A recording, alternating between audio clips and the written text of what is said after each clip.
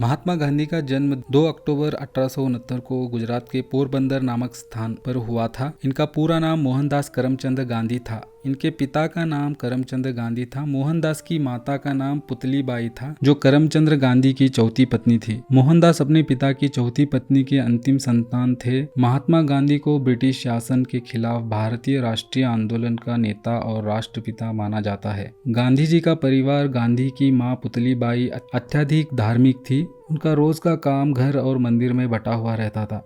मोहनदास का लालन पालन वैष्णव मत परिवार में हुआ और उन पर कठिन नीतियों वाले जैन धर्म का गहरा प्रभाव पड़ा, जिसका मुख्य सिद्धांत अहिंसा और विश्व की सभी वस्तुओं को शाश्वत मानना है। इस प्रकार उन्होंने स्वाभाविक रूप से अहिंसा, शाकाहारी, आत्मश्रद्धा के लिए उपवास और विभिन्न पंथों को मानने वालों के बीच परस्पर सहिष्णुता को अपनाया।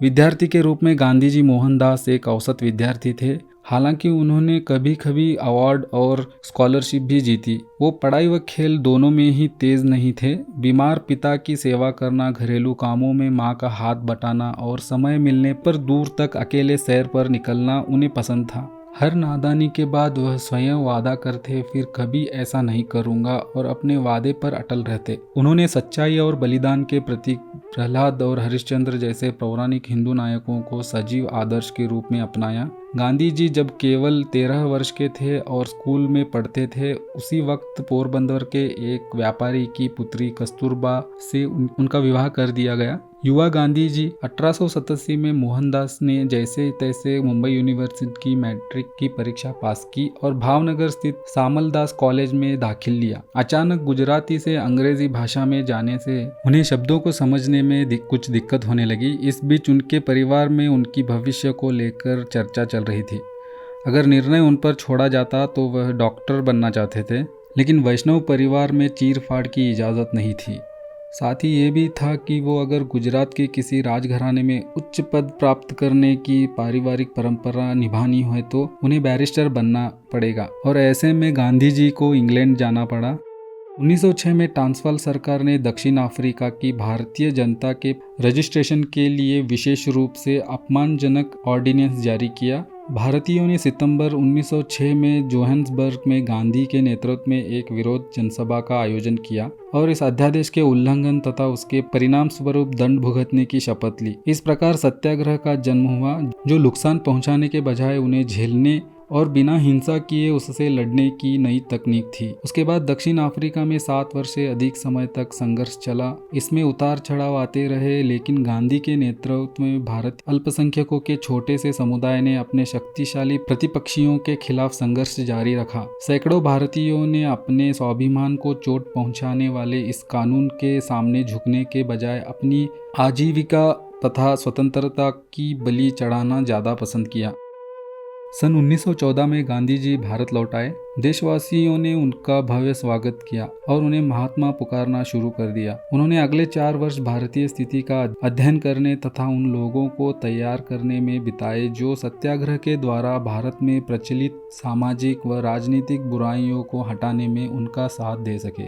फरवरी 1919 में अंग्रेजों के बनाए रॉलेट एक्ट कानून पर, जिसके तहत किसी भी व्यक्ति को बिना मुकदमा चलाए जेल भेजने का प्रावधान था, उन्होंने अंग्रेजों का विरोध किया। फिर गांधी जी ने सत्याग्रह आंदोलन की घोषणा कर दी। इसके परिणाम स्वरूप एक ऐसा राजनीतिक भूचाल आया जिसने 1919 के बसंत में समूचे उपमहाद्वीप को झकझोर दिया। इस सफलता से प्रेरणा भारतीय स्वतंत्रता के लिए किए जाने वाले अन्य अभियानों में सत्याग्रह और अहिंसा के विरोध जारी रखे, जैसे कि असहयोग आंदोलन, नागरिक आंदोलन, दांडी यात्रा तथा भारत छोड़ो आंदोलन। गांधी जी के इन सारे प्रयासों से भारत को 15 अगस्त 1947 को स्वतंत्रता मिल गई।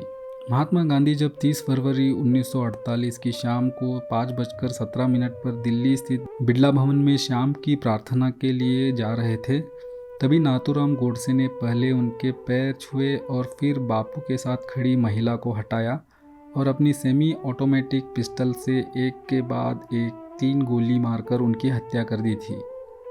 गांधी हत्या की जब भी बात होती है, हमारे जहन में कोई नाम या तस्वीर आती है, वो सिर्फ और सिर्फ नाथूराम गोडसे की होती है। लेकिन आपको बता दें कि 30 जनवरी 1948 को हुई वह वारदात कोई आम नहीं थी। उस दिन शाम को महात्मा गांधी पर गोलियां चली थी, जिसे पूरा देश बापू कहकर बुलाया करता था। गांधी जैसा शख्सियत को खत्म करने का काम कोई अकेला व्यक्ति नहीं कर सकता था।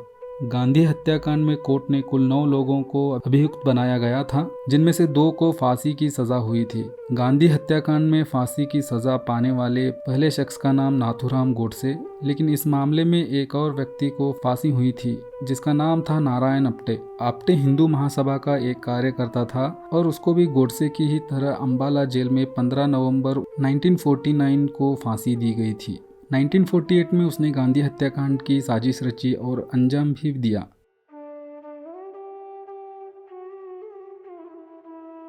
हमारे चैनल को सब्सक्राइब करें, बेल आइकॉन प्रेस करें। हमारे चैनल को सब्सक्राइब करें, बेल आइकॉन प्रेस करें।